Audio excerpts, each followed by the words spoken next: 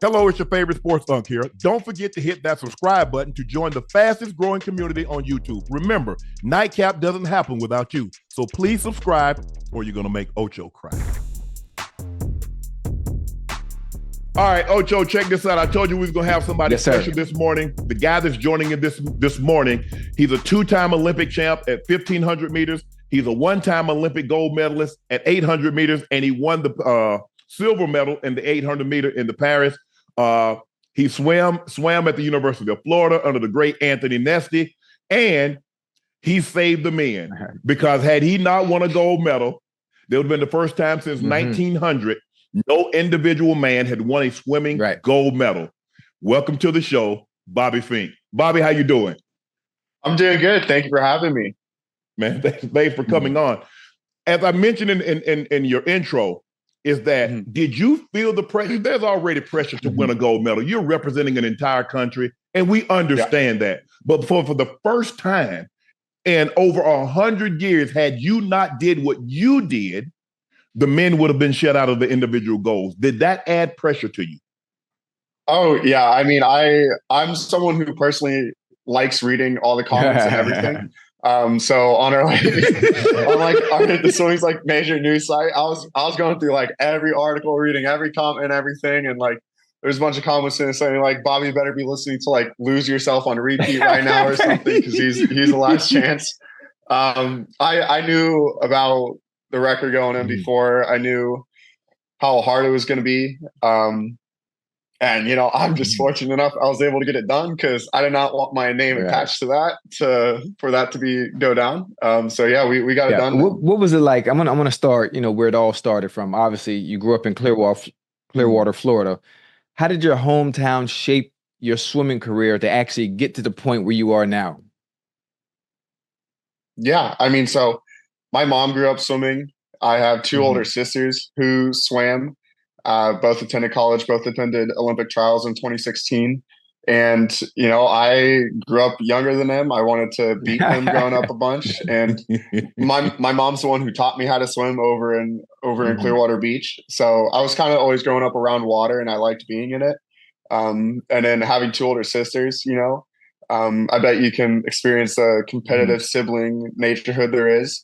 And I grew up just wanting to beat them. And once I did beat them, I wanted to get as far away as possible I could from them, you know? And yeah, I think I've done that pretty well. So.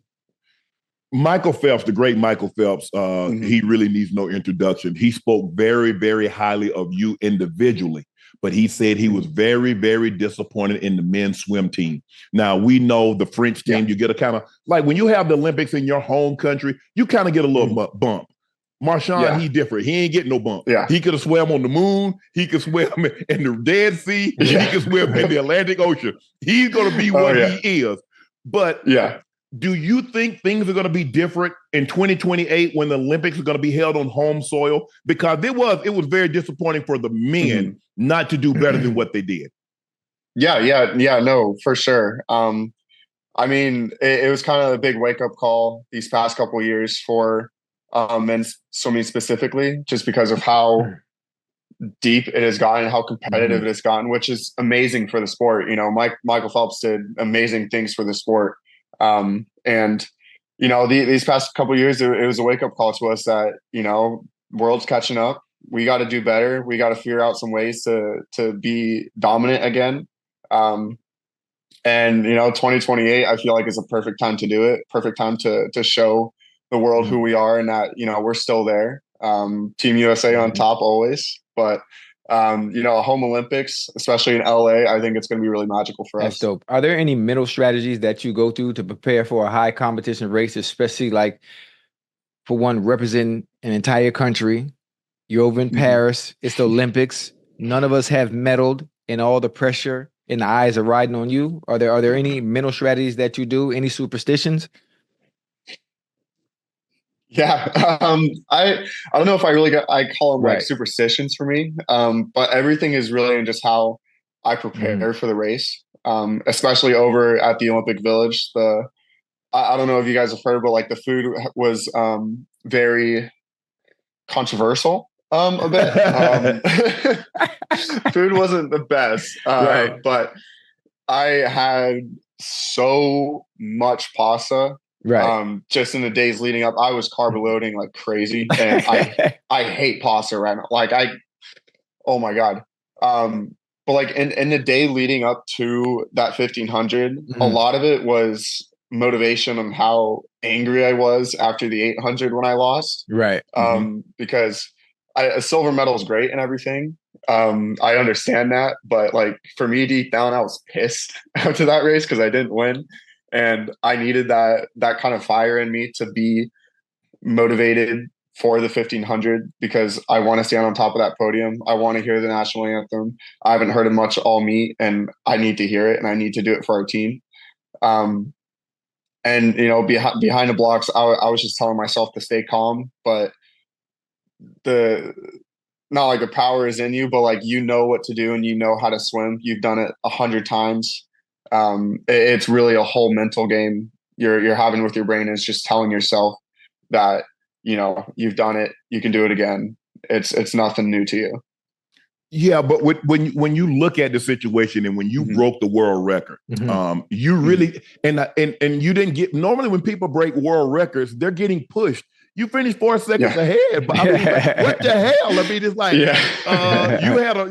you had a motorboat and they had paddles, and so I'm watching you and I'm seeing your stroke and it's so smooth. When you're swimming in a race of that distance, obviously, you know, you got the 50 meters, you got 100 meters, you got the different strokes. But when you're 1,500 meters, there's a lot of time for you to be in your own head. Right. What are you thinking about when you're swimming 1,500 meters? Yeah, so I normally race my competition and I'll start behind them for the most part, or I'll stay right next to them. So I like the 100, the 200 when I had like a body length lead, I was kind of like, the hell's going on right now? Because it was just so abnormal for me. But I could kind of see the scoreboard a little bit when I was racing, and on the scoreboard they would show the world record line. So I was kind of mentally racing that the whole time, and I was mentally racing. Okay. Yeah. So I saw the world record line like 3 times during the race, and that kept me going in the race so hard. But also like I'm very aware of like what is going around me. So I knew Greg Polcinaria, the Italian. Who was in lane 5, 2 lanes over. I knew he started to inch up on me a lot. And same thing with Daniel Whiffen, the Ireland representative who won the 800 previously. I knew he started to catch Greg a bit. I was kind of peeking over there. But I knew as long as I stood or stay ahead of Greg, that I would be able to stay ahead of Dan. So I was kind of keeping it that mental. It's just like, just stay ahead of them.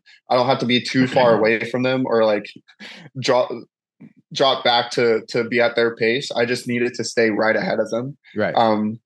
And that was really a big mental game for me. It was just trying to, you know, be aware where they are, even though they're behind me, make sure I have a safe distance from them. So that's really what I was focusing on. When did you pick up the 1,500 meters? Yeah, it was kind of always one of my things. Just because my sisters did it, and that's what they raced, and I wanted to beat them. So that's why. Sadly, that is why I became a distance swimmer. Now when I look back at things, I'd become a sprinter all day. Just because that's a lot of training. It's more fun and kind of like more exciting. But being a distance swimmer, you know, I did it for my sisters, really. That's dope. Listen, as someone who also competed, I'm not as decorated as you, but I did compete when I'm from 5 years old to 10 years old as a competitive swimmer. I always thought about what it would be like, and I'm thinking about the memories that I had in competing at such a young age. So for you, looking back on your career so far, is there a particular race or moment that stands out as opposed to winning gold? You know, there is a race, and it was back when I was 11. See, I told you. Yeah. I was 11 years old. I was swimming the 800 meter freestyle, and it was over at the Orlando YMCA, right off of I-4 in Orlando. It was our age group championships. I was in the lane next to Matthew Hirschberger, who at the time was someone who was breaking all of the national age group records, Right. Fastest ever, at his age for those events. And he was a year older than me. He whooped on me, but I thought like when I was 11, I went 9:16, which I still think is really good to this day for an 11-year-old. For some reason, that race just always stood out to me as like one of my best performances ever. And I don't know why. But for some reason it was just always like, it was like the first wake up call. I was like, I'm good at this. Like I can keep doing this. Right. And it wasn't a time that beat my sisters, but it was a time that like at the time ranked nationally within 11-year-olds. And it proved to myself that like, this is the route I'm going to end up going on. Bobby, like your 1500 meters, and you say you've always been in love with the 1500, mainly because your sisters did it and you wanted to beat them.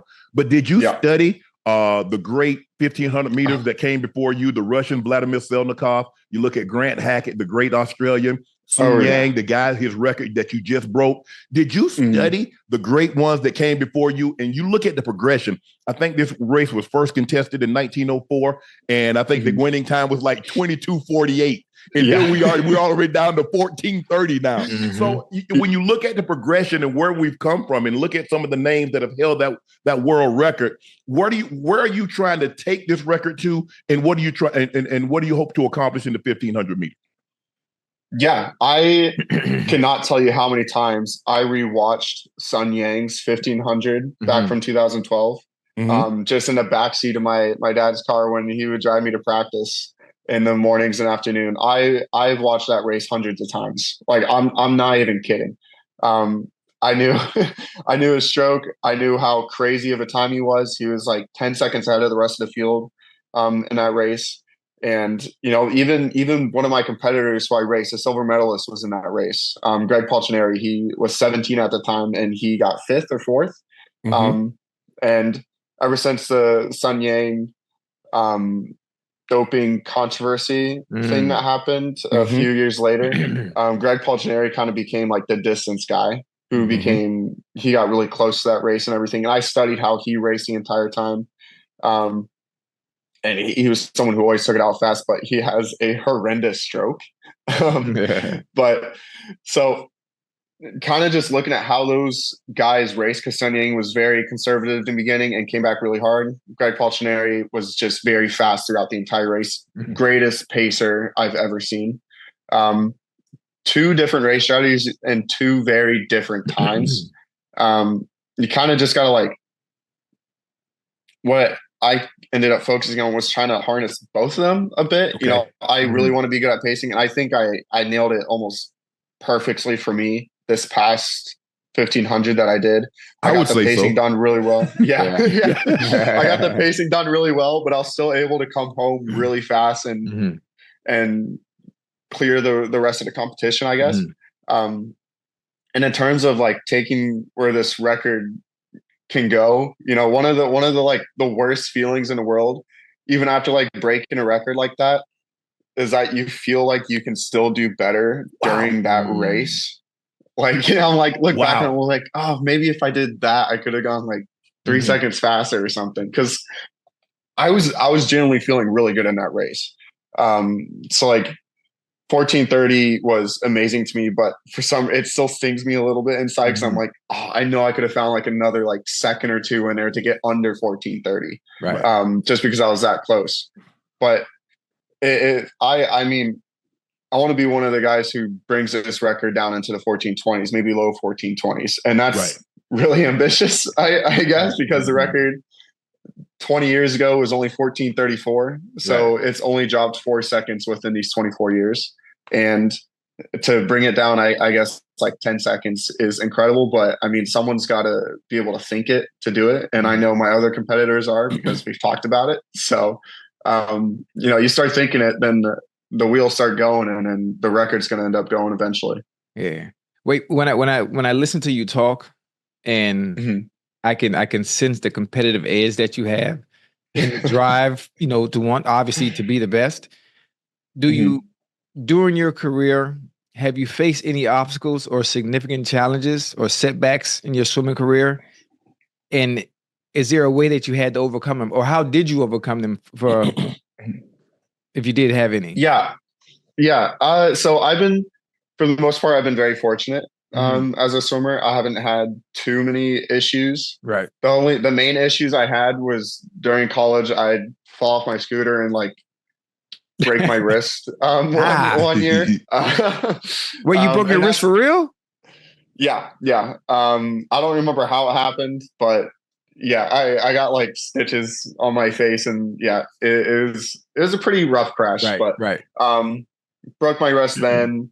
Had to skip out on our World University Games, which was kind of sucky. But for some reason, when I feel like I'm hindered a bit, it kind of motivates me more, because I was swimming the whole summer in a brace on my arm. So when I was able to like keep up with some of the guys randomly in practice, it would motivate me a lot, just because I was like, yo, I got like one arm here and I got like a sledgehammer together, but I'm keeping up with you. Right. But like what I'm finding is I'm getting older. My body breaks down a lot easier. Like this past year, I like did something to my back. I don't know. I became like paralyzed for a week. It was kind of funny because like I get out of the pool and I'm just like stiffed back everywhere and I'm stuck. Yeah, it's become like a running joke on our team, because the two guys, Kieran Smith and I, we're both the same age, but our bodies are just breaking every time we're in the weight room. His knees are gone, my back's gone, my shoulder's gone. I mean, in terms of what I've heard from other athletes, right, getting like surgeries and stuff and like fixing everything, I've been very fortunate. Everything that's happened to me, I've just been able to treat with like rehab and stuff like that. I haven't needed surgery or anything like that, so I've been very good that way. I'm hoping it stays that way too. Bobby, when you look at it, when you're 800, 1500 meter swimmer, and the type of volume that it requires in training, what is the typical, how many calories are you eating in a day to fuel your body so you can get back in the pool tomorrow and do it all over again? Yeah. I mean, it generally ranges per day. A lot of the time, because it really depends on how tired I am after practice to be able to cook a meal or go out and get a meal. It easily over 6,000 on the high end, maybe close to 10 or 9. I guess. Wow. It really depends. Like I'll down like a piece and a half, like no problem at all. And that's like a pizza, a whole pizza. Yeah. And like a little more sometimes, depending on like if I'm eating, we get like 2 pizzas, so I'll eat one and then she eats like some of the other and I'll get her leftovers. There we go. I like it. Bob, how much do you weigh? 173. 173 pounds, and you're eating somewhere between 6,000 and 9,000 calories. Yeah. That's I'd say so. Yeah. I like it. Wow. I don't know why I can't gain weight, so I don't know. It doesn't work. That's a great problem to have, Bobby. Let me ask you this: when you see these prodigies, you look at Marshawn, Michael Phelps was a prodigy, Katie Ledecky was a prodigy, and there's a lot of expectation for them to carry it on. And then we look at someone like Missy Franco. She burst onto the scene. She was the darling. She was the sweetheart, and I think she had some injuries, and I think that's kind of what set her back. But how difficult is it to maintain that competitive edge when you're a prodigy? Michael Phelps, I think he went to the Olympics in 2000 or 2000. It's like 14, 15-year-old. And then you see Ledecky, she does the same thing. How difficult is it to maintain that when you have success at such a young age and then maintain that? Yeah, I mean, it's definitely one of the most difficult things, I think, that can happen to someone in any kind of sport. Is you get so much attention at such a young age, and depending on how you kind of like handle that, it can really just make or break you. You'll be successful and then you'll never hear that person ever again, or you'll be successful and you'll continuously see them in the headlines growing up and everything. I honestly, probably harder than winning a gold medal. just because the amount of athletes that are so successful when they're young and you never hear them later on is so high, especially in the sport of swimming, that it's very unfortunate. Just because like they had the potential to be there, but seeing how they react to certain situations or how they're brought up in their sport and everything like that, it really can change how they are in the future of the sport. And, you know, Michael got it right, obviously. Katie got it right, obviously. But like Leon's there now. And again, out of like all those young prodigies, there's only 3 of them. and it was like those 3. So a lot of it is, it's very impressive to me. And, you know, I want those young prodigies to always do well every single time, because it can be huge for all sports, whatever sport they're part of. But it's I don't want to say like failure rate, but like the like drop off rate of what happens is so high. It's really unfortunate, but I'm rooting for them every time. I think the U.S. swim team need to give Bob Bauerman a lifetime contract, so you can only coach American athletes. Here's $5 million, and you don't coach anybody else but American athletes, because he has something in the sauce. Because he has Phelps, he has Ledecky, and now he has this young French kid, Marchand. I'm not paying. I'm paying you not to coach anybody else. So you don't have to work. You don't got to coach any American athletes. Just don't coach anybody else. No, that would be interesting. I don't think he'd take it though. I do not think he'd take it, especially after the success he just saw with Leon. Yeah, that was crazy. Being there and witnessing the French crowd when he swam was like it was magical. Like I've never heard something louder in my life. Just when he would walk out on the pool deck. Yeah. We got to pay him back. We got to get somebody. We got to pay him back. We got to find some kid in Florida or some kid from the DMV up in Maryland. We'll get someone. We'll get someone in 4 years' time. Hey, Bobby, outside of swimming, do you have any hobbies or activities that you enjoy doing? I know, normally we know swimming is your respective craft, but outside of that, I mean, there has to be something else that is your outlet. I call it, my peace. So football, I did all my life, but outside of football, my safe haven and my peace was gaming. Oh yeah. Yeah. I definitely do enjoy a lot of gaming, especially with the guys on the UF swim team. And, back in the day before like all this, COVID stuff happened, it was ping pong, because we had a table tennis table in our team room. And for some reason it just became like the game. I'd be there for like 2.5 hours before practice, just playing constantly, and like an hour afterwards, just because like, someone said some trash talk, so you gotta like go defend yourself. But it was in the beginning it was ping pong, and then afterwards I started playing a lot of video games with the boys. There we go. I like it. Bobby, what do you think the most difficult stroke in swimming is? Swimming, because there's so many disciplines and like so many different races, it's kind of hard to point one out, because like the hardest stroke to be good at, I would say, is breaststroke, because it's so technical and everything. Like, you have an ounce of drag on you, you're behind. And I suck at breaststroke. I hate it so much. I'm so bad at it. But like physicalness, raw physicalness would probably butterfly. Yeah, it would be fly, but their races are some of the easiest, which is weird. But like for a physical stroke, butterfly would be the most demanding. But the races, all the other strokes races are harder. You'll get like more sore, more lactic acid buildup from other races, which is it's weird. Like swimming's a weird sport when it comes to that kind of stuff. Because like you ask someone who hasn't swam before to do fly, they're not doing it.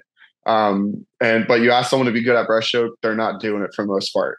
It's such a it's just such a unique sport in that kind of way. Bobby, you ask anybody that's not good at swimming to do any stroke, and they're not going to be good at it. Freestyle, backstroke, breaststroke. The only stroke they're going to be good at is the rock stroke to the bottom of the pool. Oh, yeah. Bobby, I just wanted on behalf of Shay Shay Media and Nightcap, we're very proud of you here. I know my subscribers are proud of you. I know the U.S. is proud of you. And to show you how proud we are of you, I don't know if you can see that. Can you see that in your screen? Kinda. Hold on. Can we break it? Oh God. Hold on. We're gonna break it a little closer. We're gonna make sure you can see it. I can take my glasses off. Okay, he's gonna zoom in. My camera guy gonna zoom in. We're gonna zoom it in. Okay. We're gonna make sure you see this. I can't see. Can you see that, Bobby? Yeah, oh my God. Yeah. Wow. Yeah. We got your information. So wait a minute. Wait, whoa. Bobby, now in order to get that in its entirety, when you come back to Florida, we have to race. 800, 1500, whatever you want to do. I'll do whatever you guys want. I'll do anything. Hey, if you can beat me, it's all yours. Oh my God. Congratulations though, man. Congratulations, man. Yeah. Take your wife out, get her something nice. Buy some McDonald's. But I'm proud of you, bro. Congratulations what you've been able to accomplish thus far. Stay healthy. Good luck down the road. I mean, the Worlds are next year. And then in 2 years after that, you got the Olympics in LA. So we look forward to following your career, continue success, bro. And congratulations again on all your accomplishments. No, you got I don't know what to say. Yeah. You guys, wow. You guys are amazing. Yeah, Jesus. Holy shit. Hey, Bobby, thank you guys so much. Bobby, you right in Clearwater, right? Yeah. I live in Miami. How far are you from me? About 4.5 hours. Oh, so you more like Orlando down that way, huh? Near Tampa. Near Tampa? Yeah. I'm near. It's just because. Sorry, I'm just my brain. I think it's just because of the way you have to get to Miami. Right. Because you gotta not straight through the Everglades, but you have to go to Naples first and then cross over. Yeah. Yeah. We'll catch up. We'll catch up. We gotta get this. Yeah. I mean, you guys are already legendary in your sport, but you guys are legendary for this. I can't thank you guys enough. You guys are. No, thank you. Continue success and enjoy. And I appreciate you stopping by this morning. We appreciate you stopping by Nightcap this morning, and look forward to talking to you down the road, bro. Yeah. No, thank you. I appreciate everything you guys have done for your sports, and then obviously for the Olympic Games this time, especially for the athletes. It is a dream. This is a dream, and you guys are well a part of it. And thank you so much. Welcome. All right, bro. Have a good one. All right, boss. Thank you.